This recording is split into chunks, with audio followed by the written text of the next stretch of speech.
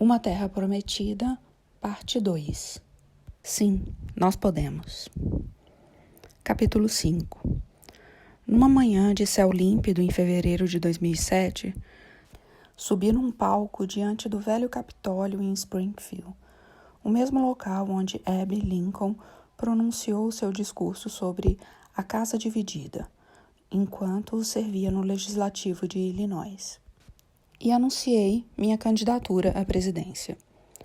Com a temperatura rondando os 10 graus abaixo de zero, temíamos que o frio pudesse espantar o público. Mas, no momento em que me aproximei do microfone, mais de 15.000 pessoas haviam se reunido na praça e nas ruas vizinhas, todas elas com ar festivo, embrulhadas em roupas impermeáveis, gorros de lã e protetores de orelha, muitas exibindo cartazes feitos em casa ou distribuídos pela campanha com a palavra Obama, enquanto o vapor da respiração coletiva subia em uma espécie de nevoeiro. Meu discurso, transmitido ao vivo pela TV a cabo, englobava os principais temas de nossa campanha: a necessidade de reformas fundamentais, a necessidade de acatar problemas de longo prazo, como a assistência à saúde e as mudanças climáticas, a necessidade de superar a velha divisão partidária em Washington, a necessidade de uma cidadania ativa e engajada. Quando terminei, Michelle e as meninas se juntaram a mim no palco a fim de acenar para a multidão aos gritos, com as imensas bandeiras dos Estados Unidos penduradas nos prédios próximos, proporcionando um pano de fundo espetacular. De lá, eu e minha equipe fomos para Iowa, onde seria realizada dentro de 11 meses a primeira disputa no país pela indicação partidária, e onde contávamos com uma vitória de saída para nos catapultar à frente dos adversários mais experientes. Numa série de encontros nas sedes das prefeituras, mais uma vez fomos recebidos por milhares de apoiadores e curiosos. Nos bastidores de um evento em Cedar Rapids, ouvi um veterano político de Iowa explicar a um dos 50 ou mais jornalistas de órgãos e âmbito nacional que nos seguiam: isto não é normal. Revendo os registros desse dia, é difícil não se deixar emocionar pela nostalgia que ainda persiste em meus antigos companheiros e apoiadores. A sensação de que estávamos iniciando uma viagem mágica, que, durante um período de 2 anos, aprisionaríamos o gênio numa garrafa e teríamos acesso a algo essencial e verdadeiro sobre os Estados Unidos. No entanto, embora as multidões, a excitação e a atenção dos meios de comunicação prenunciassem minha viabilidade como candidato, sou obrigado a recordar de que naquela época nada parecia fácil ou predestinado, que muitas vezes tinha a impressão de que nossa campanha iria descarrilar e que, de início, não apenas eu, mas muitos que nos seguiam de perto não me consideravam um candidato particularmente bom. Por muitos motivos, meus problemas eram uma consequência direta da agitação que havíamos provocado e das expectativas que isso gerou. Como X explicou, a maioria das campanhas presidenciais começava necessariamente pequena, fora da Broadway, de acordo com suas palavras. Pequenas plateias, lugares menores, coberturas de canais de televisão locais e jornais de circulação regional, permitindo ao candidato e sua equipe testar as frases, aparar as arestas, cometer um deslize ou travar no palco sem atrair muita atenção. Não pudemos nos dar esse luxo. Desde o primeiro dia, era como se estivéssemos no centro da Times Square e sob as luzes da ribalta. Minha inexperiência se revelava. O maior receio da equipe era que eu cometesse alguma gafe. A palavra usada pela imprensa para descrever qualquer frase infeliz do candidato que demonstre ignorância, descuido confusão mental, insensibilidade, rancor, grosseria, hipocrisia, ou simplesmente se desvia bastante do pensamento convencional, a ponto de torná-lo vulnerável a ataques. Por essa definição, a maior parte dos seres humanos comete de 5 a 10 gafes por dia. Mas contamos com a benevolência e boa vontade de nossa família, nossos colegas de trabalho e amigos para compensar os pontos falhos, entender nossas intenções e, em termos gerais, nos concentrar no melhor e não no pior que existe em nós. Sendo assim, minha inclinação inicial era de ignorar alguns dos alertas da equipe. Por exemplo, a caminho de nossa última parada em Iowa, no dia do anúncio, X ergueu a vista de seu bloco de anotações. Você sabe como se pronuncia o nome da cidade onde estamos indo? Sei, Waterloo. Axie sacudiu a cabeça. Não é Waterloo, é Waterloo. Repete para mim, por favor. Waterloo, falou Axie, os lábios se crispando ligeiramente. Outra vez. Axie franziu a testa. Então, Barack, isso é sério. Mas não demorou muito para que eu compreendesse que, no momento em que alguém anuncia sua candidatura à presidência, as regras normais da expressão verbal deixam de se aplicar. Que há microfones por toda parte, que cada palavra que sai de sua boca é gravada, amplificada, escrutinada e dissecada. Na prefeitura de Ames, em Iowa, durante aquela primeira turnê após o anúncio, eu explicava minha oposição à guerra no Iraque quando me descuidei e disse que a decisão irrefletida do governo Bush tinha ocasionado o desperdício de 3.000 de nossos jovens soldados. Lamentei a palavra no instante que pronunciei. Sempre tinha sido cauteloso em distinguir minhas opiniões sobre a guerra e o respeito pelo sacrifício de nossas tropas e nossas famílias. Somente alguns órgãos de imprensa captaram meu deslize e, em um rápido meia-culpa, abafou qualquer controvérsia. Porém, foi um lembrete de que as palavras carregam um peso diferente do que antes. E senti um peso no coração ao imaginar como minha falta de tato poderia impactar uma família ainda enlutada pela perda de um ente querido. Sou, por natureza, um orador cuidadoso, o que, pelos padrões dos candidatos à presidência, contribuiu para manter relativamente baixo o meu coeficiente de gafes. Mas meu cuidado com as palavras suscitou outra questão no decorrer da campanha. Eu falava demais, e isso era um problema. Quando me faziam alguma pergunta, minha tendência era dar respostas tortuosas e enfadonhas, desmontando mentalmente e de maneira instintiva todos os assuntos em uma pilha de componentes e subcomponentes. Se todo argumento tem 2 lados, eu costumava apresentar 4.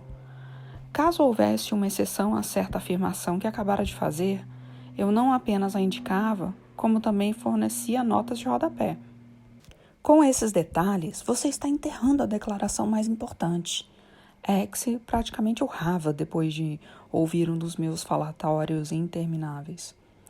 Por 1 ou 2 dias, eu me concentrava obedientemente em ser breve, mas de repente me sentia incapaz de resistir a uma explicação de 10 minutos sobre as nuances de uma política comercial ou o ritmo do degelo no Ártico. O que você achou? Eu perguntava, satisfeito com minha exatidão após descer do palco. Nota 10 na prova, respondia Axie, mas nenhum voto. Esses eram problemas que eu podia resolver com o passar do tempo. Mais preocupante, à medida que os meses passavam, foi o fato de que eu estava rabugento.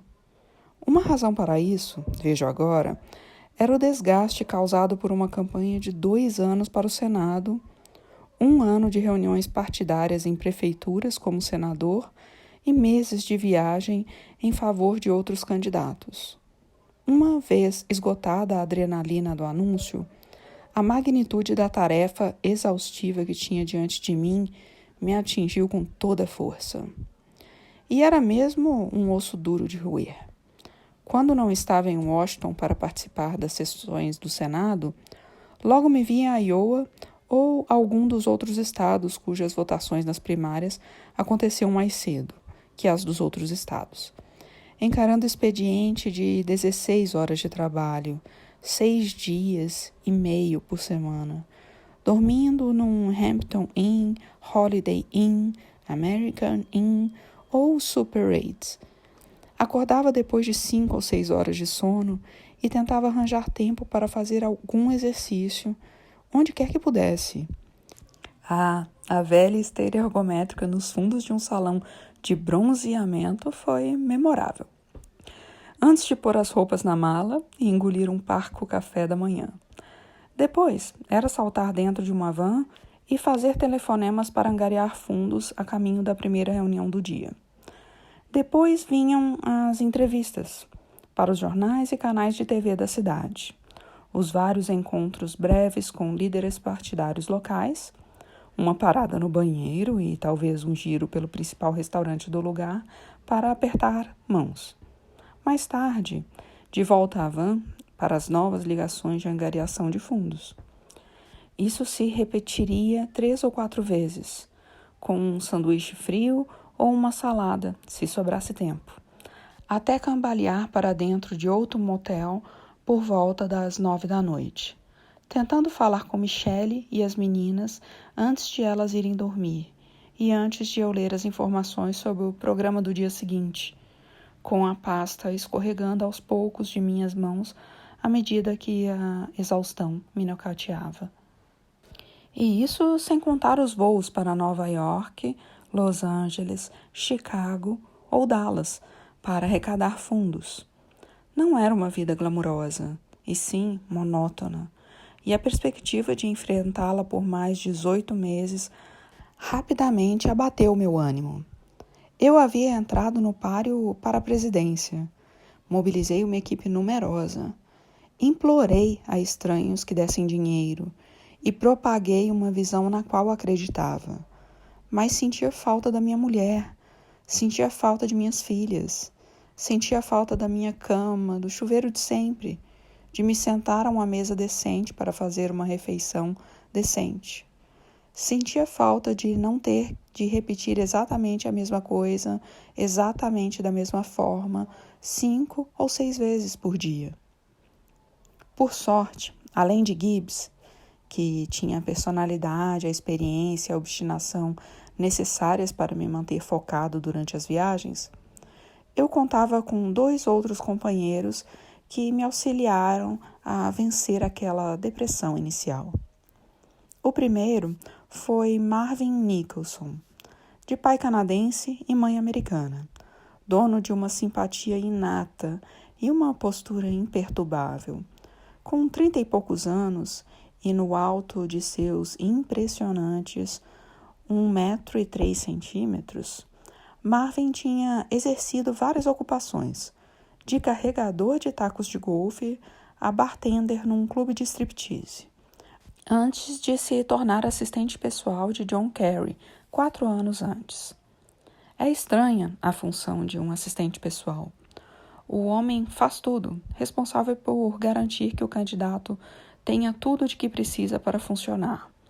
Desde uma comidinha predileta a 2 comprimidos de Advil, um guarda-chuva quando o tempo vira ou um cachecol quando faz frio.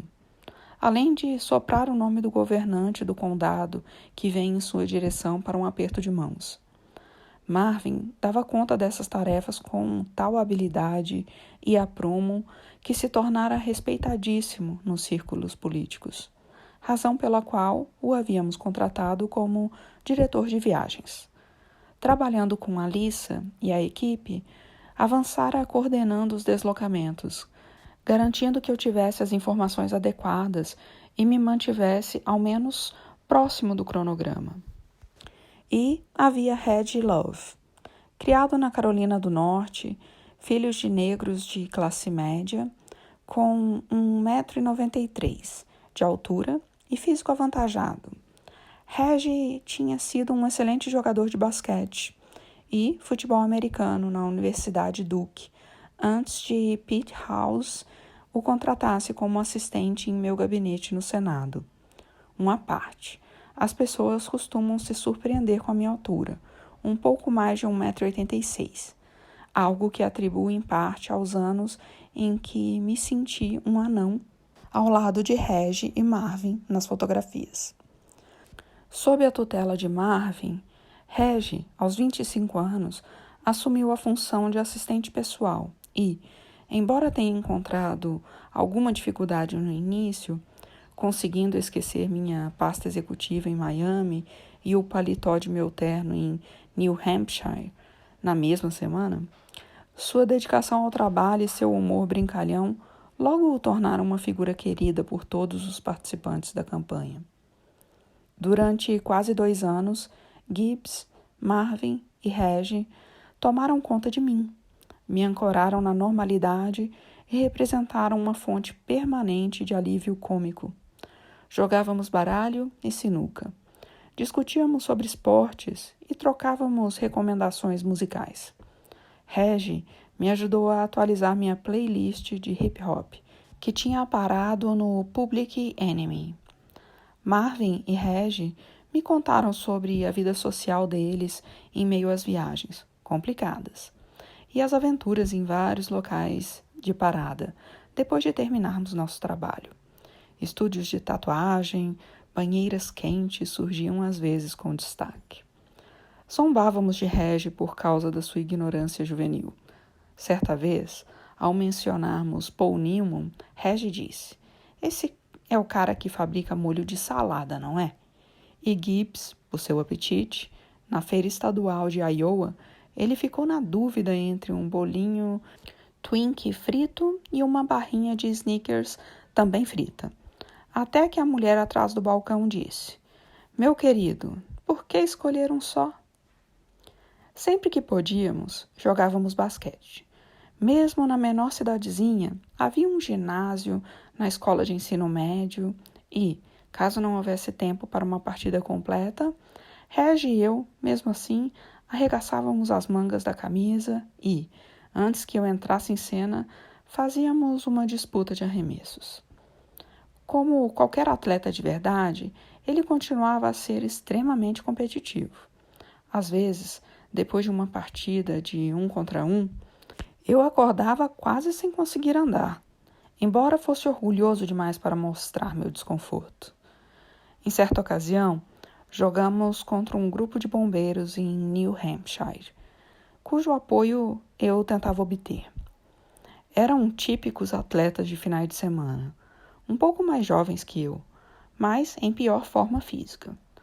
Depois de Reggie roubar 3 vezes a bola e atravessar a quadra inteira para dar uma gloriosa enterrada, pedi tempo.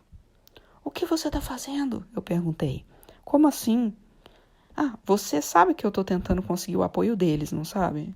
Reggie me encarou com um ar incrédulo. "Quer que a gente perca para esses molengas?" Pensei por alguns segundos. "Não", respondi. "Não precisamos chegar a tanto. É só manter o placar suficientemente apertado para eles não ficarem tão irritados." O tempo que passava com Reggie, Marvin e Gibbs me trazia algum alívio das pressões da campanha, sendo uma pequena bolha onde eu não era o candidato, um símbolo, a voz de uma geração e nem mesmo o chefe, e sim um membro da turma, coisa que, naqueles primeiros meses tão difíceis, era mais valiosa do que qualquer conversa motivacional. Depois de uma aparição minha particularmente insípida, Gibbs chegou inclusive a se arriscar no papel de motivador ao embarcarmos em algum avião no fim de mais um dia interminável. Disse que eu precisava sorrir mais, lembrar que aquela era uma grande aventura e que os eleitores adoravam um guerreiro feliz. "Você está se divertindo?" perguntou ele. "Não", respondi. "Posso fazer alguma coisa para tornar isso mais divertido?" Não. Sentado à nossa frente, Regi entreouviu a conversa e se virou para trás, me olhando com um sorriso de orelha a orelha. Se serve de consolo, disse ele. Eu estou me divertindo pra cacete. Ele estava certo, apesar de eu não ter dito isso na hora. Durante todo esse tempo, eu estava aprendendo muito, e bem rápido. Passava horas debruçado sobre o amplo material preparado pelos assessores, absorvendo os estudos mais recentes sobre a educação nos primeiros anos da infância, novos desenvolvimentos no campo da tecnologia, de baterias elétricas que tornariam a energia limpa mais acessível, e como a China manipulava sua moeda a fim de promover as exportações. Olhando em retrospecto, percebo que minha postura era a mesma que quase todos nós tendemos a assumir quando estamos inseguros ou perdendo o controle da situação. Nos voltarmos para o que parece familiar, o que achamos que fazemos melhor. Eu sabia traçar diretrizes políticas e consumir e processar informações. Levei algum tempo para entender que meu problema não era a falta de um plano detalhado. Pelo contrário, era a minha incapacidade de reduzir os problemas à sua essência, de oferecer aos cidadãos americanos uma narrativa que contribuísse para explicar um mundo cada vez mais incerto e fazê-los sentir que eu, como presidente, poderia ajudá-los a navegar nesses mares revoltos. Meus adversários, mais experimentados, já haviam compreendido isso. Passei vergonha diante deles no início da campanha, durante um fórum sobre assistência à saúde promovido pelo Sindicato Internacional dos Empregados em Serviços, que aconteceu em Las Vegas num sábado à noite no final de março de 2007. Plouffe havia feito ressalvas à minha participação. Em sua opinião, aqueles testes em massa em que os candidatos se apresentavam perante tal ou qual grupo de interesse democrata favoreciam os que já tinham vinculações com esses grupos e roubavam tempo que seria mais bem usado no contato direto com os eleitores. Não concordei.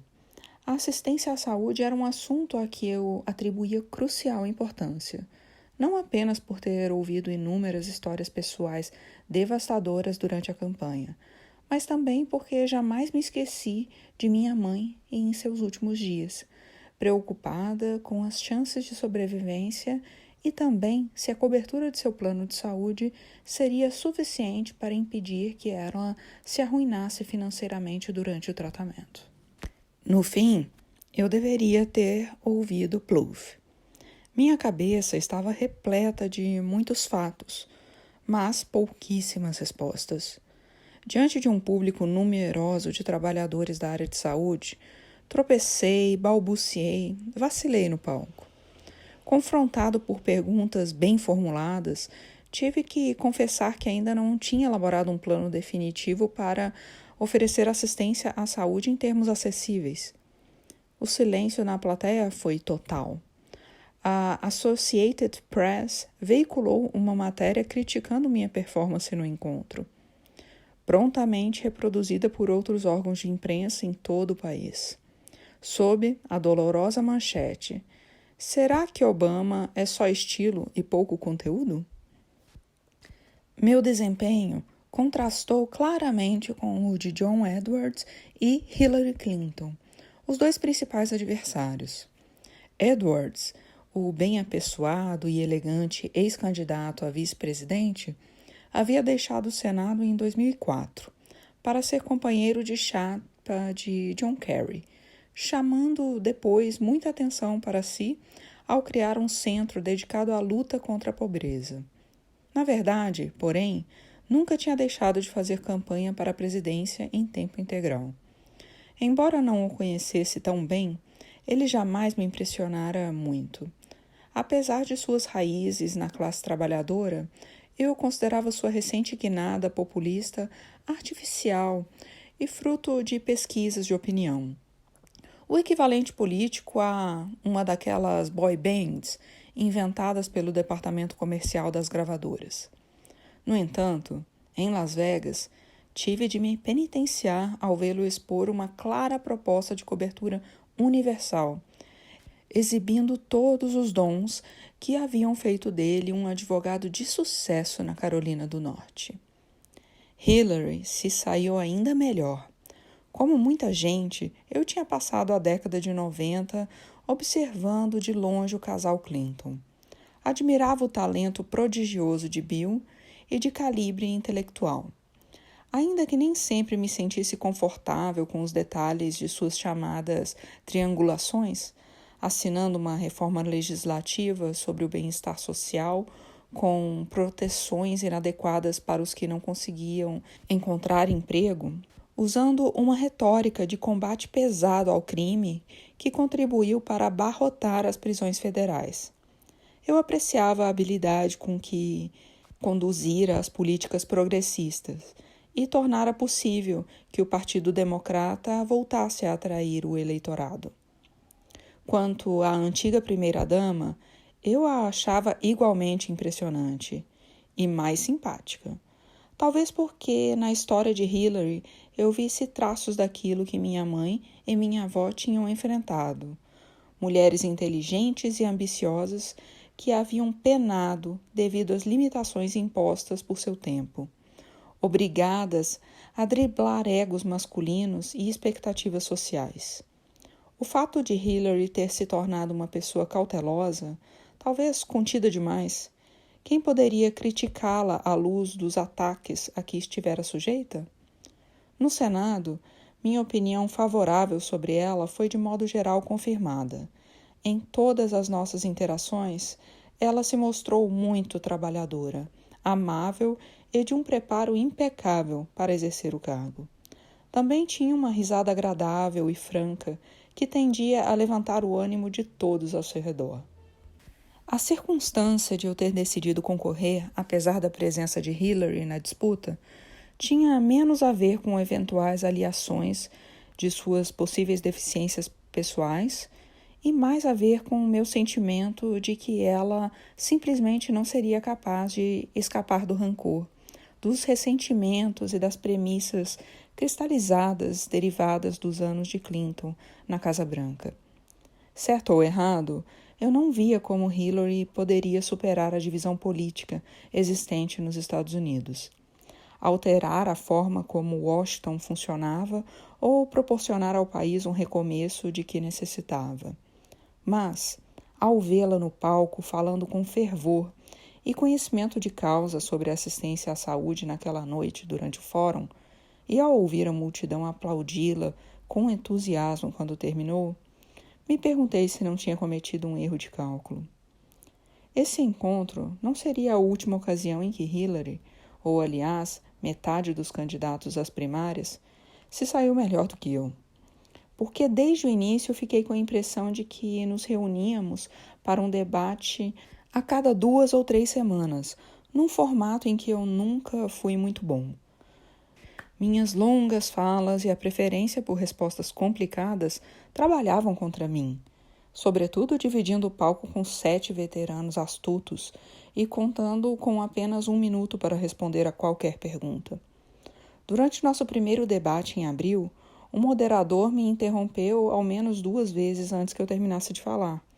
Em minha resposta sobre como agiria em caso de ataques múltiplos terroristas, expus a necessidade de coordenar a ajuda federal, mas me esqueci de mencionar o óbvio e imperativo de perseguir os autores do crime. Ao longo de vários minutos, Hillary e os demais se revezaram nas críticas ao meu erro. Falavam com um tom sombrio, mas o brilho em seus olhos dizia: "Toma essa, novato."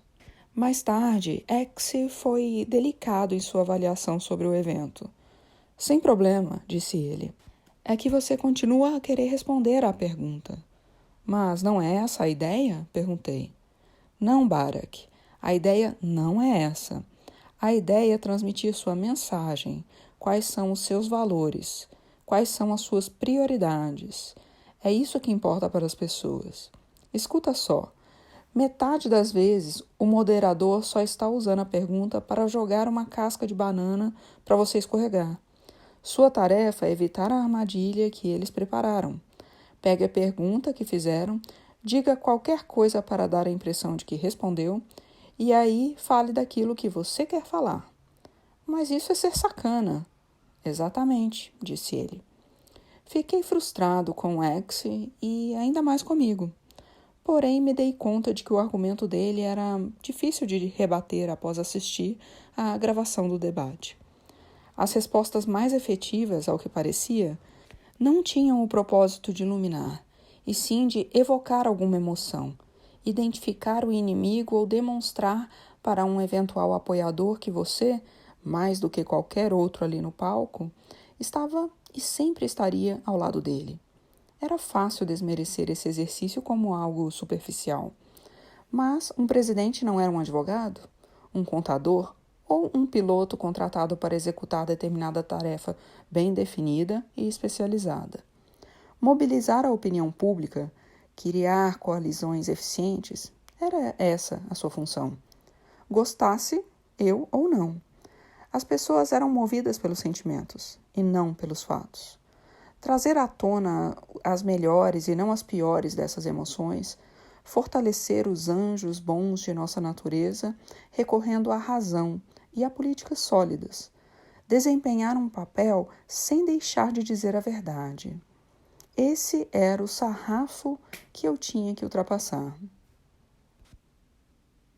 Enquanto eu me esforçava para controlar as mancadas, Plouffe coordenava de forma irretocável nosso comitê de campanha em Chicago.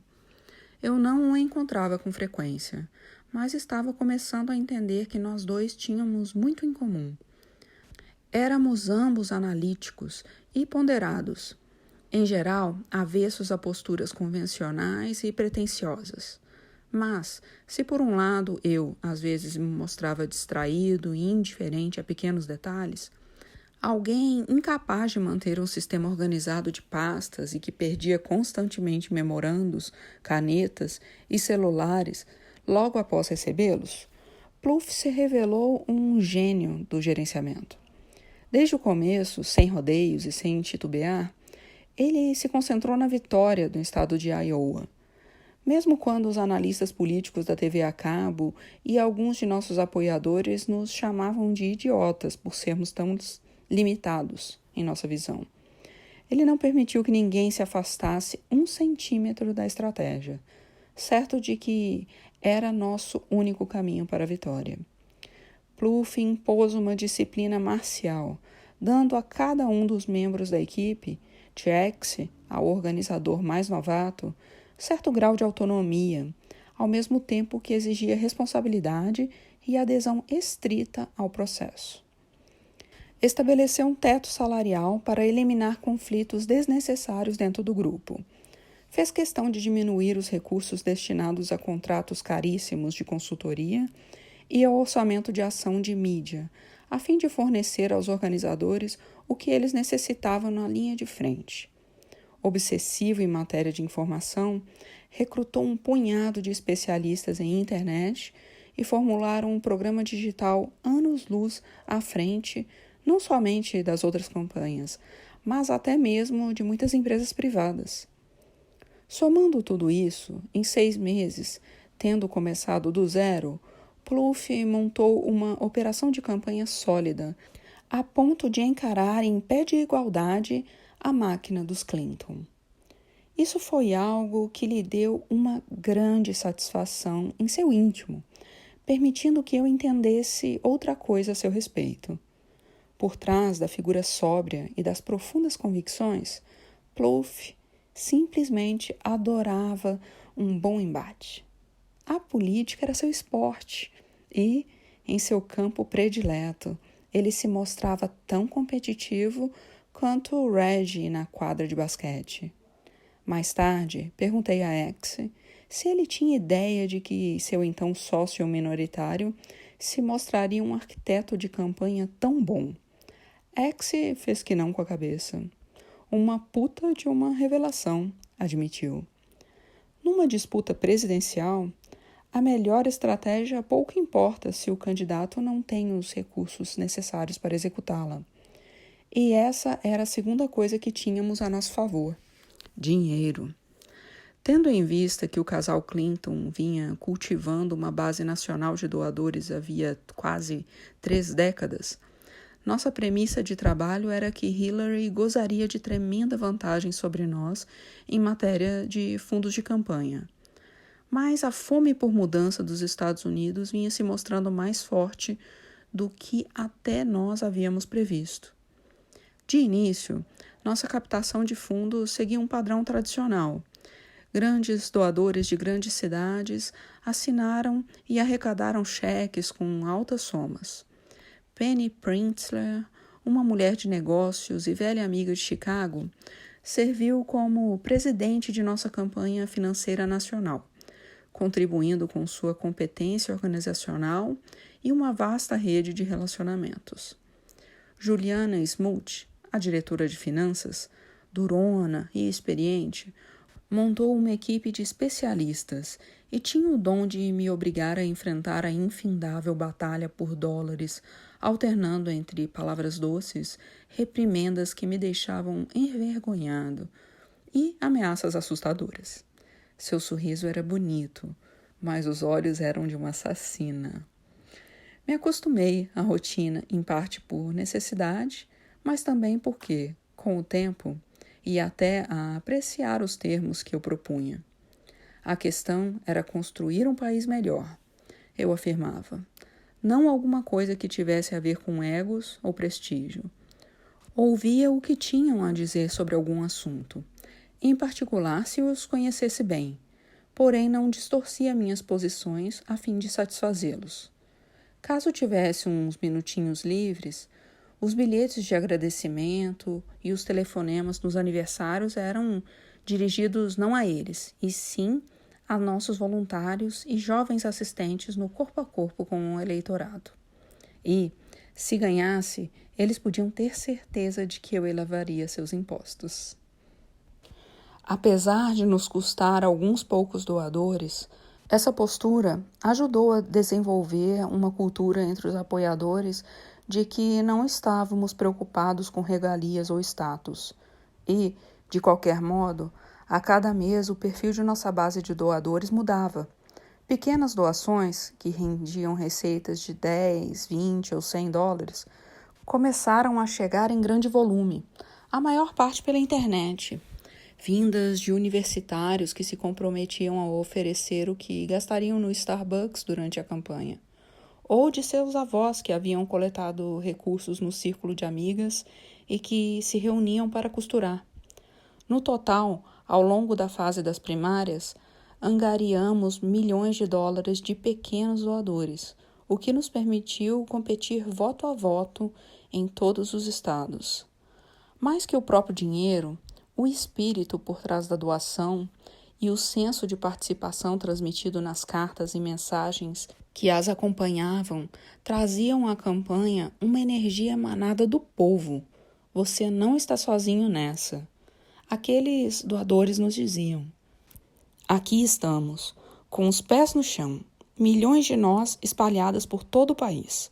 E acreditamos, estamos todos juntos. Além da sólida estratégia de operações e da eficaz captação de recursos com base popular, um terceiro elemento sustentou a campanha e o nosso ânimo naquele primeiro ano: o trabalho da equipe em Iowa e de seu incansável líder, Paul Tewis. Paul foi criado em Mountain Lake, uma cidadezinha situada numa região de fazendas no sudoeste de Minnesota, um lugar onde todos se conheciam e se ajudavam, onde as crianças andavam de bicicleta por toda parte e ninguém trancava as portas, e onde os alunos praticavam todos os esportes, porque, para conseguirem formar um time completo, os treinadores não podiam dispensar ninguém. Mountain Lake era também um local conservador, o que fez com que Tewis se diferenciasse um pouco. A mãe de Paul, desde cedo, instilou nele uma lealdade ao Partido Democrata que só ficava atrás da devoção da família à fé luterana. Aos 6 anos, o menino explicou com toda a paciência a uma colega de escola que ele não deveria apoiar os republicanos porque sua família não é rica. 4 anos depois, chorou amargamente quando Jimmy Carter perdeu para Ronald Reagan. O pai de Paul tinha tanto orgulho da paixão do filho pela política que compartilhou o episódio com um amigo, o professor de educação cívica da escola de ensino médio local, que, por sua vez, quem sabe com a esperança de que o interesse de um garoto de 10 anos por assuntos públicos pudesse inspirar adolescentes apáticos, divulgou o fato na sala de aula. Por muitos dias, os alunos mais velhos tiraram sarro de Paul, sem dó nem piedade, fazendo cara de choro sempre que o encontravam nos corredores. Paul continuou irredutível. Durante o ensino médio, organizou uma festa dançante a fim de angariar fundos para candidatos democratas. Na universidade, serviu como assistente não remunerado do deputado estadual que representava sua cidade e, num feito que lhe causou especial orgulho, de alguma forma conseguiu fazer com que uma das 2 zonas eleitorais de Mountain Lake elegesse seu candidato predileto, Jesse Jackson, na primária presidencial de 1988. Quando o conheci, em 2007, Paul já havia trabalhado em praticamente todas as espécies de campanha imagináveis, de disputas para prefeitos a eleições para o Congresso. Servira a Al Gore como diretor de sua candidatura no caucus de Iowa e como diretor das operações em todo o país do Comitê de Campanhas Democratas Senatoriais. Tinha 38 anos, era atarracado e ligeiramente calvo, com um bigode em tom loiro pálido, no rosto igualmente claro. Não havia nada de extravagante em Paul Lewis. Seu comportamento podia ser áspero e suas roupas nunca pareciam combinar, em especial no inverno, quando, como um bom natural de Minnesota, usava as mais variadas camisas de flanela, casacos impermeáveis e gorros de lã. Era o tipo de sujeito que se sente mais à vontade conversando com fazendeiros num milharal ou bebendo num bar de esquina do que se misturando a consultores políticos que ganham salários altíssimos. No entanto, conversando com ele, logo se via que entendia do assunto. Mais que isso, por trás das estratégias táticas, do conhecimento detalhado de cada zona eleitoral e dos causos políticos, era possível ouvir, se escutasse com suficiente atenção, o coração de um menino de 10 anos que realmente se importava, que acreditava o bastante para chorar por causa de uma eleição. Qualquer um que tenha concorrido à presidência muito provavelmente dirá que não é nada simples vencer em Iowa, um dos vários estados que realizam um caucus a fim de determinar que candidato os seus delegados apoiarão. Ao contrário da eleição primária tradicional, em que os cidadãos votam em segredo e apenas se quiserem, um caucus se aproxima mais da democracia baseada em assembleia, nas quais os eleitores se apresentavam em determinada hora e, em geral, no ginásio de uma escola ou numa biblioteca, em sua zona eleitoral, debatendo os méritos de cada candidato, com o devido respeito entre vizinhos e pelo tempo necessário para chegarem a um consenso sobre o vencedor. Essa democracia participativa tinha grandes méritos, porém tomava muito tempo. Um caucus podia durar 3 horas ou mais e exigia que os participantes fossem bem informados, concordassem em votar abertamente e estivessem comprometidos a ponto de dedicar uma noite ao processo. Não surpreende que tais encontros tendessem a atrair um segmento pequeno e estático do eleitorado de Iowa, composto de eleitores mais idosos, quadros do partido e ativistas políticos de longa data, aqueles que, em geral, davam preferência a algo já testado e aprovado.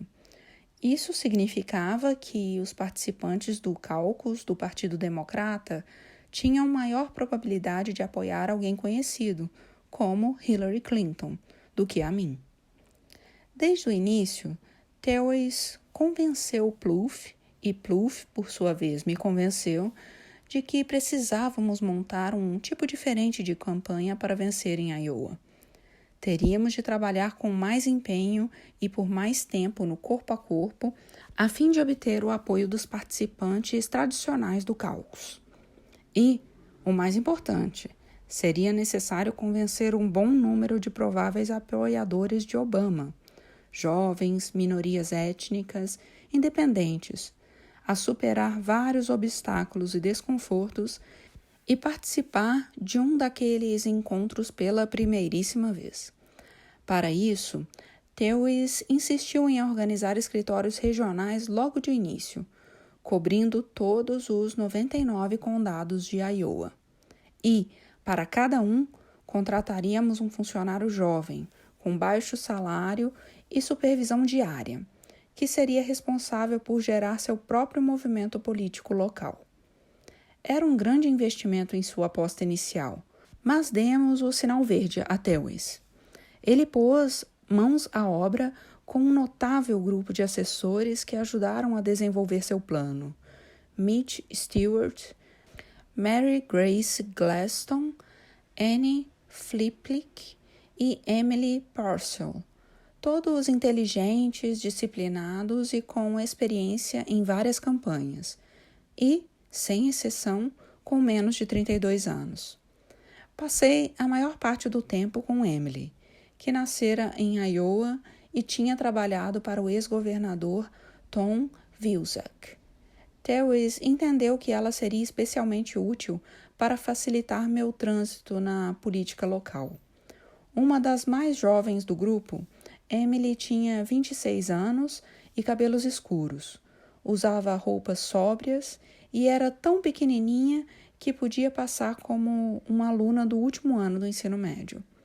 Não demorei a descobrir que ela conhecia praticamente todos os apoiadores do Partido Democrata no estado e fazia questão de me dar instruções bem específicas em cada parada, explicando com quem eu deveria falar e quais as questões mais interessavam a comunidade local. Essa informação era passada num tom sério e sem maiores inflexões, acompanhado de um olhar que sugeria pouca tolerância para bobagens. Uma qualidade que Emily deve ter herdado da mãe, que havia trabalhado na fábrica da Motorola por 3 décadas e ainda conseguira conciliar a universidade. Durante as longas horas de viagem entre os eventos, passadas numa van alugada para a campanha, impus a mim mesmo a missão de extrair um sorriso de Emily. Piadas, gracejos, trocadilhos, observações casuais sobre o tamanho da cabeça de Reggie. Porém, meu charme e humor sempre se chocavam contra os rochedos de seu olhar fixo, daqueles olhos que nunca piscavam, e por isso passei a tentar fazer apenas o que ela me dizia. Mitch, Mary Grace e Annie mais tarde descreveram os detalhes do que faziam, que incluíam um estudo coletivo de todas as ideias pouco ortodoxas que Thewes com frequência lançava durante as reuniões. Ele tinha umas 10 por dia, explicava Mitch. 9 eram ridículas e uma genial. Mitch, um sujeito alto, magro e desengonçado, natural da Dakota do Sul, já havia trabalhado na política de Iowa, embora jamais tivesse encontrado alguém tão fervorosamente eclético quanto Thewes. Se ele me trazia a mesma ideia 3 vezes, contou ele, eu passava a achar que havia alguma coisa ali. Foi genial recrutar Norma Lyon, a moça da vaca de manteiga, que, na feira estadual de Iowa, todos os anos esculpia uma vaca em tamanho natural com manteiga salgada, para gravar um anúncio dizendo que nos apoiava, o qual espalhamos pelos 4 cantos do estado. Mais tarde, ela criou um busto de manteiga, de 10,5 kg, que representava minha cabeça, muito provavelmente ideia de Thewes. Menos genial foi insistir em colocarmos cartazes ao longo da autoestrada que formavam uma sequência de frases rimadas, como nos velhos anúncios do creme de barbear Bruma Shave, nos anos 1960. Está na hora de mudar. Minha marcha eu vou trocar. Votem todos este ano, no cara com orelhas de abano. Obama, 08. Prometer raspar as sobrancelhas se o pessoal atingisse a meta inalcançável de 100 mil fichas de apoiadores. Isso não teve nada de genial, pelo menos até quase o fim da campanha, quando, de fato, atingimos aquela cifra. E então, a ideia se tornou genial. Mitch também raspou a dele, como explicou Mary Grace. Temos as fotos. Foi horrível. Tewes deu o tom para a nossa operação em Iowa. Trabalho de base, nenhuma hierarquia, irreverência e uma pitada de loucura. Ninguém, incluindo os assessores principais, doadores ou alta cúpula, ficou isento de bater em algumas portas. Nas primeiras semanas, ele pendurou cartazes nas paredes de todos os escritórios com as palavras de ordem que redigira: respeite, empodere, inclua. Se falávamos sério sobre um novo tipo de política, explicou ele, então isso começa na frente de batalha, com cada organizador comprometido a ouvir as pessoas, respeitar o que elas tinham a dizer e tratar a todos, inclusive nossos adversários e seus apoiadores, da forma como desejávamos ser tratados. Por último, enfatizava a importância de encorajar os eleitores a se envolverem, em vez de simplesmente vendermos um candidato como se fosse sabão em pó para a lavanderia. Qualquer um que desrespeitasse esses valores levava uma advertência, sendo às vezes posto para fora do grupo. Quando, durante a teleconferência semanal da equipe, um novo organizador fez uma piadinha dizendo que havia se juntado à nossa campanha porque odiava a mulher que usa calças compridas, uma referência à peça de roupa favorita de Hillary na campanha, Tewes lhe passou uma longa reprimenda na frente de todos os demais organizadores. Essa não é a nossa postura, disse ele, nem mesmo em privado. A equipe aprendeu a lição, sobretudo porque Tewes praticava o que pregava. Apesar das ocasionais explosões de mau humor, ele nunca deixou de mostrar às pessoas como elas eram importantes.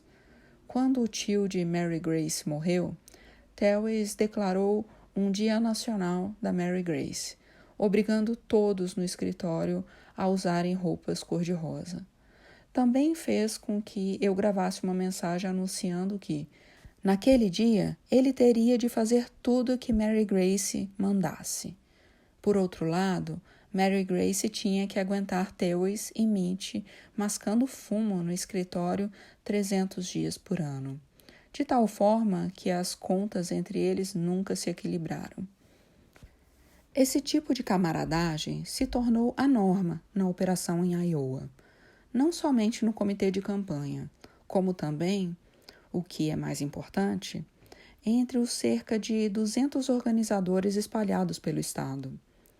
Passei ao todo 87 dias em Iowa naquele ano. Provei especialidade culinária de cada cidadezinha. Joguei basquete com alunos de escola de qualquer quadra que conseguíssemos. Encarei todas as condições meteorológicas possíveis, de nuvem funil a vento lateral com granizo. Ao longo de toda a jornada, aqueles jovens, trabalhando horas a fio por um salário de subsistência, cumpriram o papel de meus guias com muita competência. A maioria mal havia saído da universidade. Muitos enfrentavam sua primeira campanha e estavam longe de casa. Alguns tinham sido criados em Iowa ou em outras regiões rurais no meio-oeste e conheciam bem as posturas e o estilo de vida das cidades de porte médio, como Sussex City ou Altoona. Mas isso não era comum. Se reuníssemos nossos organizadores numa sala, encontraríamos italianos da Filadélfia, judeus de Chicago, negros de Nova York, asiáticos da Califórnia, filhos de imigrantes pobres e filhos dos subúrbios ricos, engenheiros formados, antigos voluntários do Corpo da Paz, veteranos das Forças Armadas e gente que havia abandonado os estudos no ensino médio. Pelo menos na superfície, não havia como conectar duas diferentes experiências às pessoas simples de cujos votos tanto dependíamos. E, mesmo assim, eles conseguiram criar uma conexão com o povo. Chegavam à cidade com uma mochila ou uma malinha, moravam num quarto de hóspedes ou no porão de algum apoiador e passavam meses tratando de conhecer o lugar, visitando as barbearias, armando mesinhas na frente dos supermercados, palestrando no Rotary Club, ofereciam ajuda nos treinos do time de beisebol da Liga Infantil, contribuíam para as ações beneficentes locais, pediam às suas mães receitas de pudim de banana para não aparecerem de mãos abanando numa festinha de comes e bebes. Aprenderam a ouvir os voluntários do lugar, quase todos mais velhos que eles, cada qual com seus próprios empregos, famílias e preocupações. E também se especializaram em recrutar novos voluntários. Trabalhavam todos os dias, até não poder mais, lutando contra a saudade de casa e o medo. Mês após mês, ganharam a confiança das pessoas. Não eram mais forasteiros. Que estímulo para mim foi ter essa garotada em Iowa. Eles me encheram de otimismo e gratidão, além de transmitirem a sensação de que eu estava completando um ciclo. Neles, me vi aos 25 anos, quando cheguei em Chicago, confuso e idealista. Relembro os vínculos preciosos que criei com famílias do South Side, e os erros e as pequenas vitórias, a comunidade que encontrei, semelhantes aos que nossos organizadores na linha de frente agora estavam estabelecendo. Suas experiências me remeteram às razões pelas quais eu entrara para o governo. A ideia de que talvez a política pudesse ser menos uma disputa por poder e cargos e mais uma busca por um senso de comunidade e conexão entre as pessoas. Nossos voluntários por todo o estado de Iowa talvez acreditassem em mim. Eu dizia a mim mesmo. Mas sua dedicação se devia sobretudo àqueles jovens organizadores. Aquela garotada podia ter tomado a iniciativa de participar da campanha em razão de algo que eu houvesse dito ou feito, mas, a partir de então, quem passou a fazer a diferença foram os voluntários. O que os movia, o que os sustentava, independentemente de seu candidato ou de qualquer assunto específico, eram as amizades e os relacionamentos, a lealdade mútua e o progresso nascido no esforço conjunto. Isso e o chefe irracível lá em Des Moines, que prometia lhes raspar as sobrancelhas se eles tivessem sucesso. Em junho, nossa campanha subiu de patamar. Graças às elevadíssimas doações pela internet, nosso desempenho financeiro continuava a ultrapassar de longe as projeções, permitindo que aparecêssemos mais cedo nos canais de TV de Iowa. Com as escolas fechadas nas férias de verão, Michelle e as meninas puderam se juntar a mim com mais frequência durante os deslocamentos. Percorrendo Iowa num trailer barulhento, eu ouvia a voz delas ao fundo enquanto telefonava. Via Red e Marvin enfrentando Malia e Sasha em partidas infindáveis de Uno. Senti o peso de uma ou outra filha dormindo à tarde, recostada em minha perna. Fazia as paradas obrigatórias nas sorveterias. Isso tudo me trouxe uma alegria que transpareceu em minhas aparições públicas. A natureza dessas aparições também mudou. Esgotada a novidade inicial de minha candidatura, passei a falar para plateias mais acessíveis, algumas centenas em vez de milhares, o que mais uma vez me deu a oportunidade de conhecer as pessoas individualmente e ouvir suas histórias. As esposas de militares descreveram a batalha cotidiana para cuidar da casa, enquanto enfrentavam o terror de ouvir eventuais más notícias do fronte. Os produtores rurais explicaram as pressões que os forçavam a abdicar de sua independência em favor de grandes corporações do agronegócio. Trabalhadores demitidos explicaram os diversos motivos por que os programas de atualização para obter novos empregos não tinham funcionado no caso deles.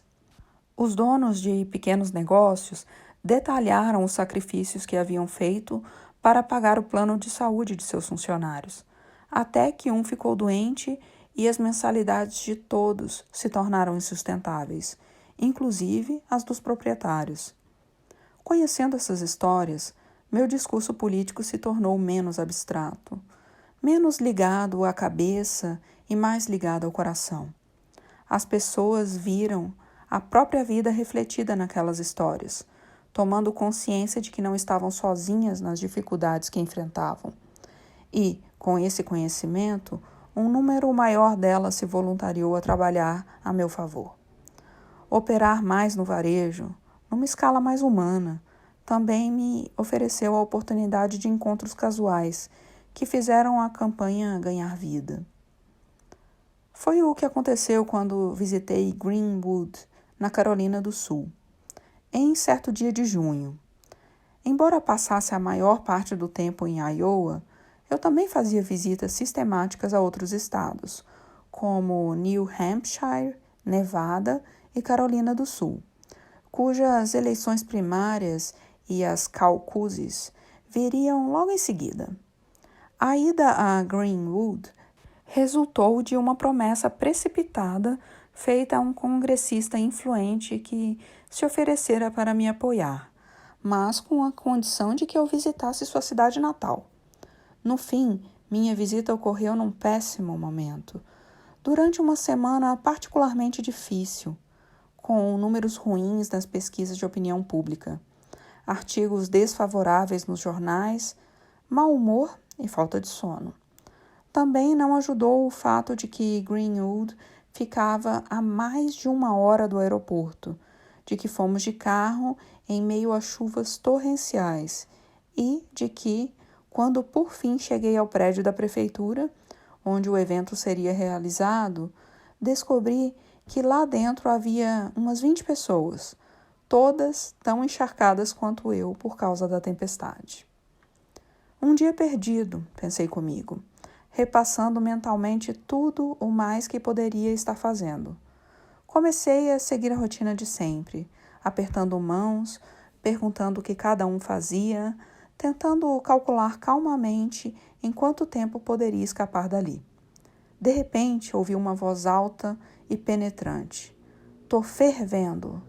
Eu e minha equipe nos sobressaltamos, pensando que talvez fosse um desordeiro, mas, sem titubear, o resto dos presentes respondeu uníssono. E nós também. De novo, a voz gritou: "Tô fervendo." E mais uma vez o grupo respondeu: "E nós também." Sem saber o que estava acontecendo, olhei para trás e localizei a responsável pela comoção, uma senhora negra de meia idade, vestida como se acabasse de vir da igreja, com uma roupa colorida, chapelão e um sorriso de orelha a orelha que incluía um reluzente dente de ouro. Seu nome era Edith Childs. Além de servir no Conselho do Condado de Greenwood e na seção local da Associação Nacional para o Progresso das Pessoas de Cor, NAAPC, era detetive particular e, como pudemos constatar, muito conhecida por aquele grito de guerra em 2 tempos. Ela o usava em jogos de futebol americano, desfiles de 4 de julho, reuniões comunitárias ou sempre que fosse tomada por tal estado de espírito. Durante alguns minutos, Edith liderou a turma dos gritos de "Eu tô fervendo" e "Nós também", várias vezes. Confuso de início, eu me dei conta de que seria descortês não participar. Em pouco tempo, comecei a sentir que estava fervendo. Comecei a sentir que fervia também. Notei que todos os presentes logo estavam rindo e, terminada a gritaria, conversamos durante 1 hora sobre a comunidade, o país e o que podíamos fazer para melhorá-lo. Mesmo depois que fui embora de Greenwood, durante o resto do dia, apontei diversas vezes para alguém da equipe e perguntei: "Tá fervendo?" Com o passar do tempo, aquilo se transformou num grito de guerra da campanha. E isso, na minha opinião, era parte da política que sempre me daria mais prazer. A parte que não podia ser convertida em gráficos, que desafiava o planejamento ou as análises. O modo como, quando funciona, uma campanha, e por extensão a democracia, se revela um coro e não um solo. Outra lição que aprendi com os eleitores. Eles não estavam interessados em me ouvir repetir como um papagaio as ideias convencionais. Durante os primeiros meses de campanha, me preocupei, ao menos subconscientemente, com o que pensavam os formadores de opinião em Washington. Para ser considerado sério ou presidenciável, eu havia me tornado rígido e inibido, trabalhando contra a própria razão que me levara a concorrer. Mas, chegado o verão, retomamos os princípios originais e buscamos ativamente oportunidades de desafiar o catecismo de Washington, dizendo duras verdades. Em encontro promovido por um sindicato de professores, argumentei não só em favor de melhores salários e maior flexibilidade na sala de aula, mas também de mais responsabilidade individual na obtenção de resultados, o que provocou um silêncio retumbante no recinto e depois algumas vaias aqui e ali. No Clube Econômico de Detroit, disse a executivos da indústria automobilística que, na presidência, faria todo o possível para que fossem instituídos padrões mais rigorosos de economia de combustível, medida combatida com ardor pelas 3 grandes montadoras. Quando um grupo denominado Cidadãos de Iowa a favor de prioridades sensatas, patrocinado pela famosa fabricante de sorvetes Ben & Jerry's, reuniu 10.000 assinaturas de pessoas que se comprometiam a apoiar um candidato que prometesse reduzir o orçamento de defesa do Pentágono. Tive de telefonar para Ben ou Jerry, não me lembro qual dos dois, para dizer que, embora concordasse com aquele objetivo e desejasse muito o apoio deles, como presidente, eu não poderia ter as mãos atadas por nenhuma promessa referente à segurança nacional. O grupo, mais tarde, optou por endossar John Edwards. Eu estava começando a parecer diferente de meus rivais democratas por mais motivos além do óbvio. Durante um debate em finais de julho, depois de me mostrarem imagens de Fidel Castro, do presidente iraniano Mahmoud Ahmadinejad, do líder da Coreia do Norte Kim Jong-un e depois outros déspotas, questionaram se eu estava preparado para encontrar algum deles em meu primeiro ano na Casa Branca. Sem hesitação, disse que sim, que encontraria com qualquer governante caso julgasse que isso poderia servir aos interesses do país. Bem, foi como se eu houvesse dito que o mundo era plano. Terminado o debate, Clinton, Edwards e vários outros candidatos partiram para cima de mim, me acusando de ser ingênuo e insistindo na ideia de que o encontro com o presidente americano era um privilégio a ser conquistado. Os jornalistas, em sua maioria, pareceram concordar. Talvez até mesmo alguns meses antes eu pudesse ter vacilado, revendo minha escolha de palavras e divulgando uma nota de esclarecimento. Mas, àquela altura, eu tinha encontrado meu chão e estava convencido de que tinha razão. sobretudo em relação à premissa mais ampla de que os Estados Unidos não deveriam ter medo de negociar com seus adversários, nem de promover ativamente soluções democráticas para os conflitos. No meu entender, fora esse desprezo pela diplomacia que havia levado Hillary e os demais, sem falar no grosso da imprensa, a seguir George W. Bush na guerra. Outra questão de política externa surgiu apenas alguns dias depois, quando, durante um discurso, mencionei que, caso tivesse Osama Bin Laden sob minha mira em território paquistanês e o governo daquele país não quisesse ou não fosse capaz de capturá-lo, eu apertaria o gatilho. Isso não deveria ser muito surpreendente para ninguém. Ainda em 2003, eu baseara a minha oposição à guerra no Iraque em parte na crença de que o conflito impediria que concentrássemos nossas atenções na eliminação da Al-Qaeda. Uma postura contundente, porém, ia de encontro à posição assumida em público do governo Bush, que mantinha a dupla ficção de que o Paquistão era um aliado leal na guerra contra o terrorismo e que nós jamais entrávamos em território paquistanês ao perseguir terroristas. Em Washington, minha declaração gerou furor em ambos os partidos, com Joe Biden, presidente do Comitê de Relações Exteriores do Senado, e o candidato republicano à presidência, John McCain, expressando a opinião de que eu não estava preparado para ser presidente. A meu ver, tais episódios indicavam até que ponto o establishment da política externa em Washington fazia as coisas ao contrário. Agia militarmente antes de testar as opções diplomáticas e respeitava as suscetibilidades diplomáticas para manter o status quo quando o momento exigia ação. Isso mostrava também o quanto os tomadores de decisão em Washington não raro deixavam de ser honestos com o povo americano. Eu jamais seria capaz de convencer todos os mais importantes analistas políticos de veículos de abrangência nacional de que tinha razão nesses pontos. Mas uma tendência curiosa começou a surgir nas pesquisas de opinião após cada uma dessas controvérsias. Nas primárias, os eleitores democratas concordavam comigo. Entabular essas discussões de peso representava uma liberação, um lembrete do motivo por que eu estava concorrendo. Elas me ajudaram a reconquistar minha voz como candidato. Essa confiança ficou visível alguns debates depois, num evento realizado bem cedo pela manhã na Universidade Drake de Iowa.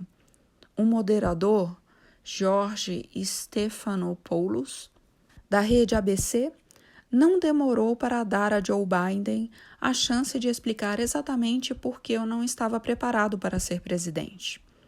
Quando tive a oportunidade de fazer minha réplica, 5 minutos mais tarde, havia ouvido praticamente todos os demais candidatos no palco me fazerem de gato e sapato. Bem, vocês sabem que, para me preparar para este debate, eu andei no chicote maluco do parque de diversões, eu disse, usando uma frase que X botara justamente por fazer referência à minha excursão com Malha e Sasha à feira estadual no começo da semana, que tinha gerado bastante repercussão. A plateia caiu na risada, e na hora seguinte eu alfinetei com gosto meus oponentes, sugerindo que qualquer eleitor democrata que estivesse tentando compreender quem representava uma oportunidade real de substituir as políticas fracassadas de George W. Bush não precisava analisar muito bem as posições de cada um de nós naquele palco. Pela primeira vez, desde que os debates haviam começado, me diverti de verdade, e o consenso entre os comentaristas naquela manhã foi que eu tinha vencido. Foi um resultado gratificante, e não precisar aguentar outros olhares sorumbáticos da equipe valeu por si só. Você arrasou, disse Axel, me dando um tapinha nas costas. Acho que vamos ter que forçar a barra para conseguir que todos os debates sejam às 8 da manhã, brincou Plouffe. Isso não tem a menor graça, respondi. Eu não era e não sou uma pessoa que funciona bem de manhã. Nós nos amontoamos no carro e rumamos para a parada seguinte. No caminho, dava para ouvir os gritos de nossos apoiadores, reunidos em várias fileiras em ambos os lados da estrada, bem depois que já tinham ficado para trás. Tô fervendo, e nós também.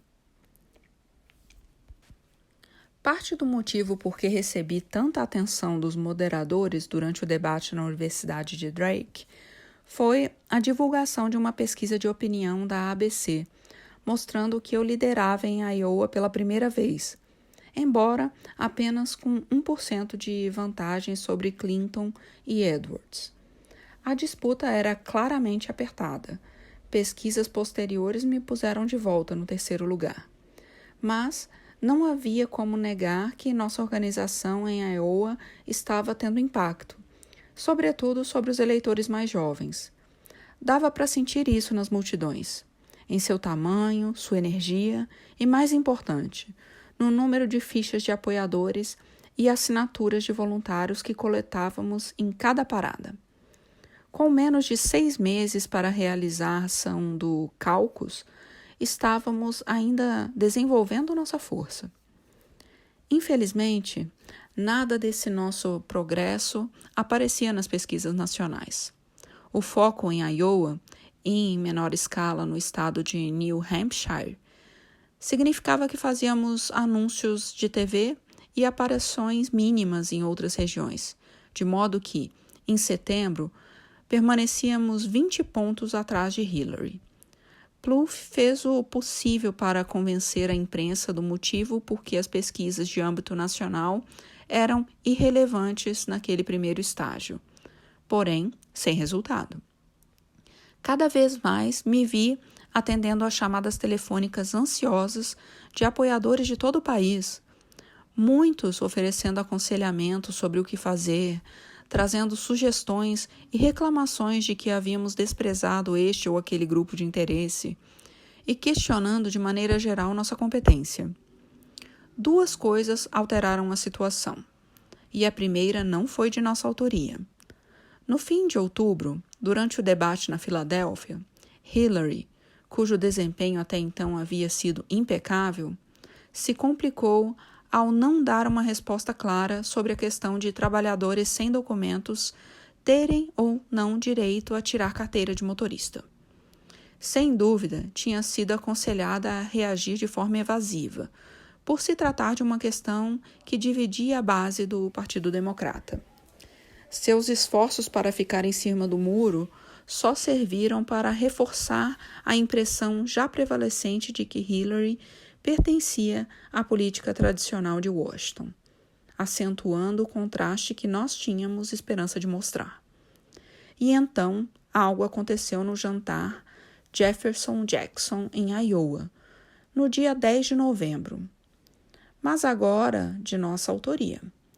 Tradicionalmente, o jantar JJ marcava a reta final rumo ao dia do Caucus e proporcionava uma espécie de leitura barométrica de como estava a disputa, com cada candidato pronunciando um discurso de 10 minutos, sem anotações, perante 8.000 votantes em potencial e os meios de comunicação de todo o país. Sendo assim, era um teste crucial, tanto para a atratividade de nossa mensagem, quanto para nossa competência organizacional nas semanas derradeiras. Jogamos todas as fichas que tínhamos numa exibição triunfal, contratando dezenas de ônibus para trazer apoiadores de todos os 99 condados do estado, em números muito superiores ao das outras campanhas. Antes do jantar, John Legend fez uma breve apresentação em nosso favor para mais de 1.000 pessoas, e ao terminar, Michelle e eu caminhamos à frente da multidão pela rua até a arena onde o jantar seria realizado, com uma entusiasmada fanfarra de alunos de ensino médio, os isizeretes, fazendo uma barulheira alegre, dando a impressão de que formávamos um exército conquistador. O próprio discurso ganhou o dia para nós. Até aquele ponto, em minha carreira, eu sempre havia insistido em escrever a maior parte de qualquer fala importante. Mas, em uma campanha em tempo integral como aquela, era impossível encontrar tempo para redigir eu mesmo os pontos principais a serem apresentados no jantar JJ.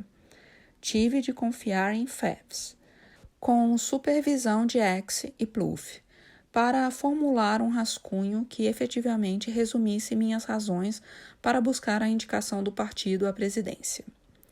E Phelps deu conta do recado.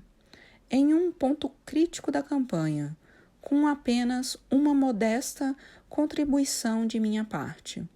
Aquele sujeito, recém-saído da universidade, redigiu um grande discurso, que foi muito além de mostrar a distinção entre mim e meus rivais, entre democratas e republicanos.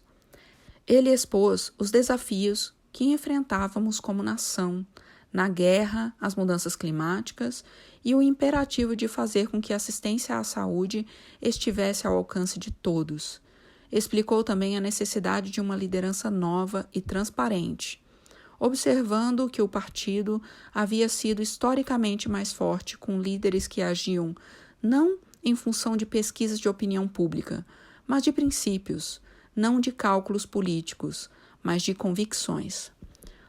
O discurso foi verdadeiro em relação ao momento, verdadeiro em relação às minhas aspirações ao entrar na política, e verdadeiro, assim como eu esperava, em relação às aspirações do país. Eu o memorizei ao longo de várias noites. Já bem tarde, depois de terminadas as atividades de campanha, e quando acabei de falar, sendo, por sorte, o último candidato a se pronunciar, me senti tão seguro do efeito que causei quanto havia ficado após minha fala na Convenção Democrata Nacional, 3 anos e meio antes. Olhando em retrospecto, foi na noite do jantar JJ que me convenci de que venceríamos em Iowa. E, por extensão, obteríamos a indicação, não necessariamente por ser o candidato mais refinado, mas porque tínhamos a mensagem certa para aquele momento. E havíamos atraído jovens com talentos prodigiosos e totalmente comprometidos com a causa. Lewis compartilhou minha avaliação, dizendo a Mitch: acho que hoje à noite ganhamos Iowa. Mitch, que organizara toda a noitada e, em geral, era uma pilha de nervos, sofreu de insônia, herpes e perda de cabelos a maior parte da campanha. Correu para o banheiro e vomitou, no mínimo pela 2ª vez naquele dia. Emily também ficou otimista, embora não demonstrasse. Depois que terminei, uma Valerie eufórica correu para Emily e perguntou o que ela havia achado. Foi bem bom, disse Emily. Você não parece estar muito animada. Esta é a minha cara de animação. A campanha de Clinton, pelo jeito, sentiu que a maré estava mudando. Até então, Hillary e sua equipe tinham, em geral, evitado confrontar a minha, preferindo ficar acima da confusão e cuidar da sua vantagem substancial nas pesquisas nacionais de opinião.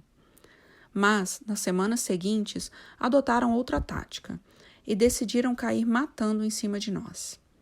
Em termos gerais, valeram-se de coisas rotineiras, levantando dúvidas sobre a minha falta de experiência e capacidade de encarar os republicanos em Washington.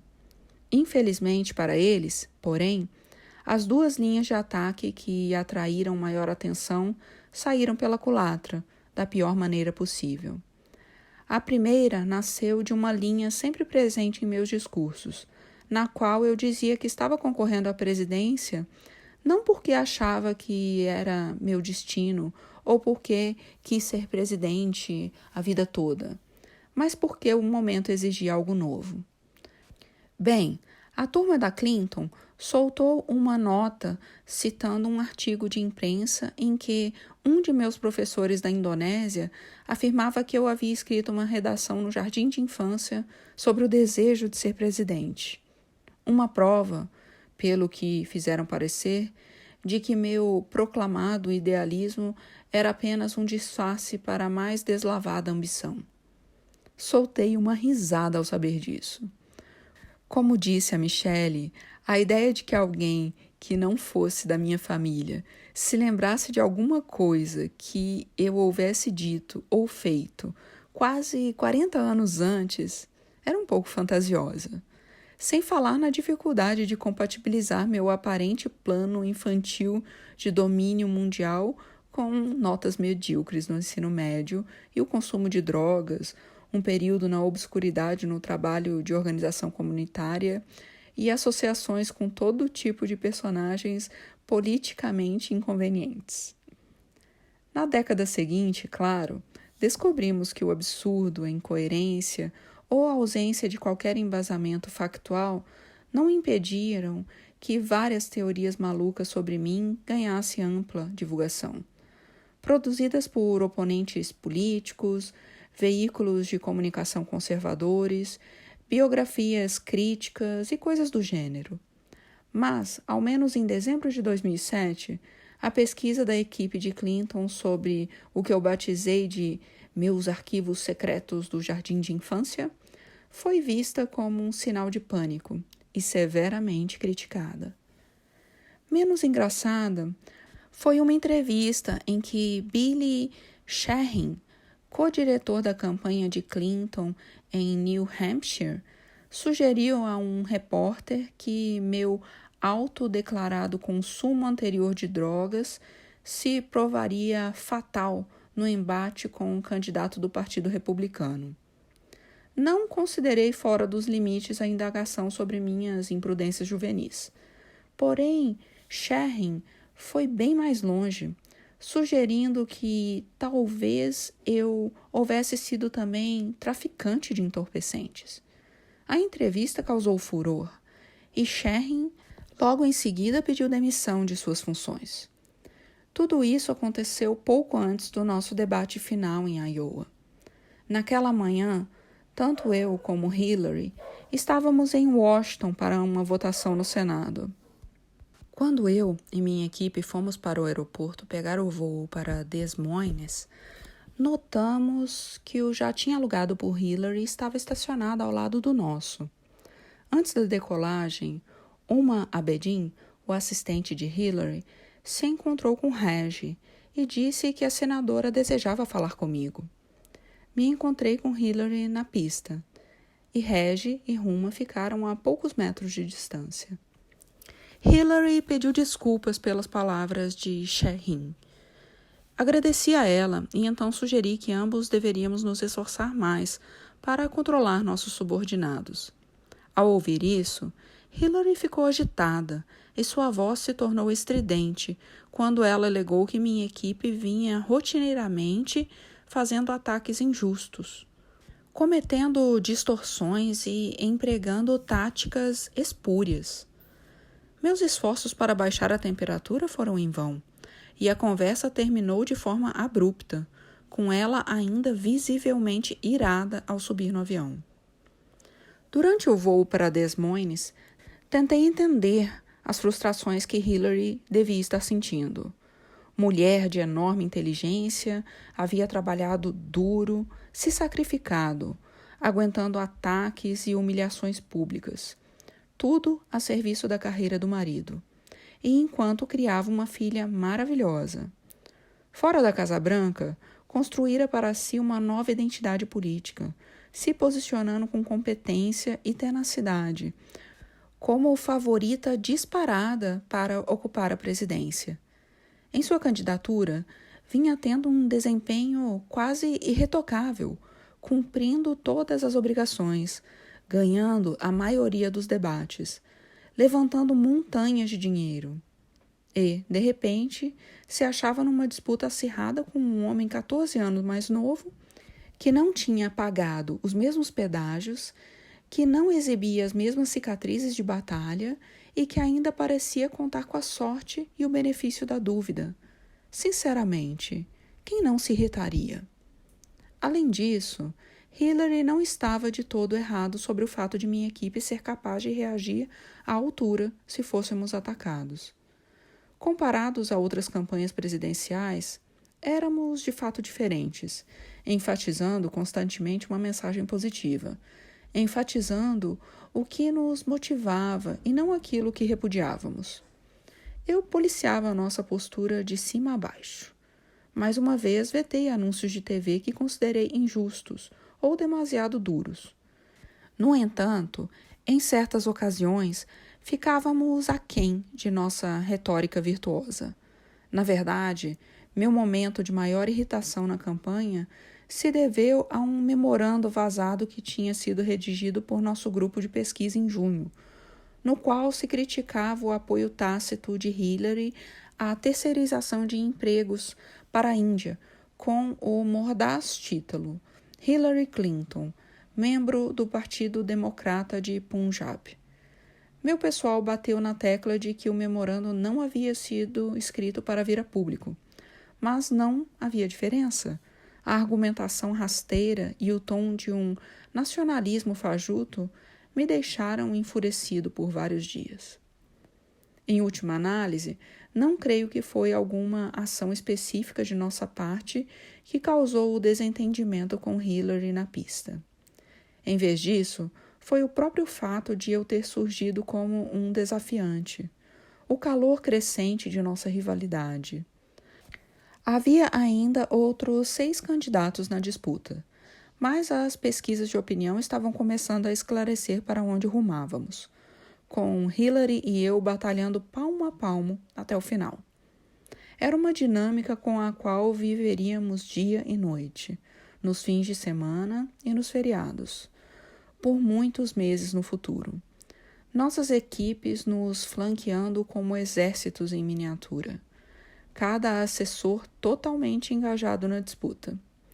Eu estava descobrindo que era parte da natureza brutal da política moderna a dificuldade de competir num jogo que não havia regras claramente definidas. Um jogo em que seus oponentes não tentam apenas incestar uma bola ou fazê-la passar a linha do gol, mas convencer o público em geral, no mínimo de forma implícita, porém com mais frequência explicitamente, de que, em matéria de bom senso, inteligência, valores e caráter, eles são melhores que você. Podemos nos dizer que não é nada pessoal, mas não é essa a sensação. Não para você e com certeza não para sua família, seus assessores ou seus apoiadores, que guardam na memória cada esnobada e cada insulto, sejam verdadeiros ou apenas percebidos como tais. Quanto mais longa a campanha, mais acirrada a disputa e maiores os prêmios a receber, mais fácil se torna justificar as táticas virulentas, até que as reações humanas elementares que normalmente governam nossa vida cotidiana, honestidade, empatia, cortesia, paciência, boa vontade, passam a parecer fraquezas quando concedidas ao outro lado. Não posso dizer que tinha tudo isso em mente quando iniciei o debate na noite seguinte ao incidente na pista. Entendi a irritação de Hillary, principalmente como um sinal de que estávamos ganhando a liderança, de que o vento de fato soprava a nosso favor. Durante o debate, o moderador perguntou por que tinha tantos antigos assessores do governo Clinton me aconselhando. Se eu insistia tanto na necessidade de mudar a abordagem dos Estados Unidos em matéria de política externa. Quero ouvir essa resposta, disse Hillary ao microfone. Fiz uma pausa, deixando que as risadinhas se dissipassem aos poucos. Bom, Hillary, espero que você me aconselhe também. Foi uma boa noite para a equipe. Faltando um mês para o caucus, uma pesquisa do Des Moines Register me mostrou 3 pontos à frente de Hillary. A disputa pegava fogo, com os candidatos dos 2 partidos percorrendo velozmente o estado nas semanas derradeiras, procurando arrebanhar qualquer eleitor indeciso, buscando encontrar e motivar pessoas de que outra forma poderiam não comparecer na noite aprazada. A campanha de Clinton começara a distribuir pás de neve gratuitas para os apoiadores caso o tempo ficasse ruim, e num lance que mais tarde seria criticado como uma extravagância caríssima, Hillary se lançou num giro relâmpago, visitando 16 condados de Iowa num helicóptero alugado, que sua campanha chamou de Hillarycóptero. John Edwards, por sua vez, tentava cobrir o mesmo terreno num ônibus.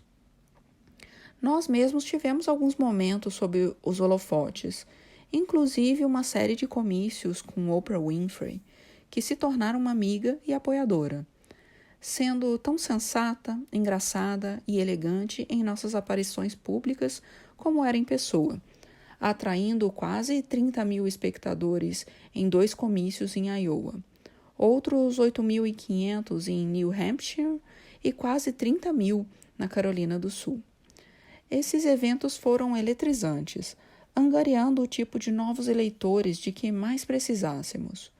Muitos, na minha época, é necessário dizer, ficavam abobalhados na presença de Oprah, com exceção previsível de Emily, a única pessoa famosa que ela alguma vez demonstrou interesse em conhecer foi Tim Husert. No fim das contas, contudo, o que ficou na minha memória não foram as pesquisas de opinião, o tamanho dos comícios ou as celebridades que vieram em nosso apoio. O que me marcou foi como naqueles últimos dias toda a campanha ganhou ares de uma imensa família. A franqueza e simplicidade de Michelle se mostraram um ponto positivo. Ela parecia ter nascido para o palanque. A equipe de Iowa passou a chamá-la de a finalizadora, graças ao número de pessoas que se inscreviam como voluntários depois de ouvi-la falar. Nossos irmãos e amigos mais próximos vieram todos para Iowa. Craig, de Chicago, Maya, do Havaí, além de Alma, do Quênia. Os Nesbitt, os Whittaker, Valerie e todos os seus filhos, sem falar no nome de tias, tios e primos de Michelle. Amigos de infância do Havaí, companheiros de meus tempos de trabalho comunitário, colegas de faculdade de Direito, ex-colegas do Senado Estadual e muitos de nossos doadores chegavam em grupos, como se participassem de uma excursão turística, muitas vezes sem nem que eu soubesse que estavam lá. Ninguém exigiu atenção especial. Eles apenas se apresentavam aos escritórios de campanha, onde o jovem responsável lhes entregava um mapa e uma lista de apoiadores a serem contatados, para que eles passassem a semana entre o Natal e Ano Novo com uma prancheta na mão, batendo de porta em porta, em meio a um frio que deixava os rostos dormentes. E não eram só os parentes ou as pessoas que conhecíamos havia muito. Aquela gente de Iowa com quem eu tinha passado tanto tempo também era vista como parte da família. Líderes políticos locais, como o procurador-geral Tom Miller e o secretário do Tesouro, Mike Fitzgerald, que apostaram em mim quando eu era um tremendo azarão. Voluntários como Gary Lamb, um fazendeiro progressista do condado de Tama, que nos auxiliou com seus contatos rurais. Léo Peck, que aos 82 anos bateu em mais portas que quase todo mundo. Mary Orts, uma enfermeira negra casada com um latino numa cidade quase inteiramente branca, que ia ao escritório fazer chamadas telefônicas 3 ou 4 vezes por semana, e às vezes preparava o jantar para nosso organizador, porque achava que ele estava muito magrinho. Família. E ainda, obviamente, havia os organizadores na linha de frente. Apesar de muito ocupados, decidimos que eles deviam convidar seus pais para o jantar JJ. E, no dia seguinte, lhes oferecemos uma recepção para que Michelle e eu pudéssemos agradecer, um por um, a seus pais por terem criado filhos e filhas tão formidáveis. Até hoje, não há algo que eu não faça por essa garotada. Na grande noite, Plouffe e Valerie resolveram se juntar a mim. Reggie e Marvin, numa visita de surpresa a uma escola de ensino médio em Uncanny, o subúrbio de Des Moines, onde várias zonas eleitorais realizariam seus caucuses. Era 3 de janeiro, pouco depois das 6 da tarde, menos de 1 hora antes que as reuniões começassem, e o lugar já estava apinhado. As pessoas chegavam ao prédio principal de todas as direções, um ruidoso festival de humanidade. Nenhuma idade, raça, classe ou aparência parecia não estar representada. Havia até um personagem idoso vestido como Gandalf, de O Senhor dos Anéis, com uma longa capa branca, uma esvoaçante barba também branca e um robusto cajado de madeira sobre o qual, de algum modo, ele conseguira montar um pequeno monitor de vídeo que exibia uma passagem de meu discurso no jantar JJ. Não havia ninguém da imprensa conosco, e fiquei vagando em meia multidão, distribuindo apertos de mão e agradecendo aos que pretendiam me apoiar, pedindo aos que tinham outro candidato que, por favor, ao menos fizessem de mim uma segunda escolha. Surgiram também algumas perguntas de última hora sobre minha postura com respeito ao etanol ou o que eu pretendia fazer sobre o tráfico humano. Na sequência, as pessoas corriam até mim para dizer que nunca antes tinham comparecido a um caucus. Alguns nunca haviam nem se dado ao trabalho de votar, e que nossa campanha os inspirara a se envolver pela primeira vez. Antes, eu não sabia que tinha importância, disse uma senhora. Na volta para Des Moines, ficamos a maior parte do tempo calados, processando o milagre que acabávamos de presenciar. Pela janela, olhei para as lojas, as casas e os postes de iluminação que iam ficando para trás. Tudo um tanto indistinto por causa da umidade congelada no vidro. E senti uma espécie de paz. Ainda teríamos de esperar horas para saber o que aconteceria. Os resultados, quando divulgados, mostraram que havíamos obtido uma vitória contundente em Iowa, conquistando praticamente todos os segmentos demográficos, impulsionada por um comparecimento sem precedentes que incluíra dezenas de milhares de pessoas que participavam do processo pela primeira vez. Eu ainda não sabia nada disso, mas, ao sair de Uncanny, cerca de 15 minutos antes de terem iniciado os caucuses, estava certo de termos realizado, mesmo que apenas por um momento, algo verdadeiro e nobre. Ali mesmo, naquela escola no coração do país, numa noite gélida de inverno, eu tinha testemunhado o senso de comunidade que tanto havia buscado. A América que sempre imaginei se fazendo visível. Pensei então em minha mãe, em como estaria feliz em ver aquilo, como se sentiria orgulhosa, e senti uma terrível falta dela. Plouffe e Valerie fingiram não reparar, enquanto eu enxuguei as lágrimas.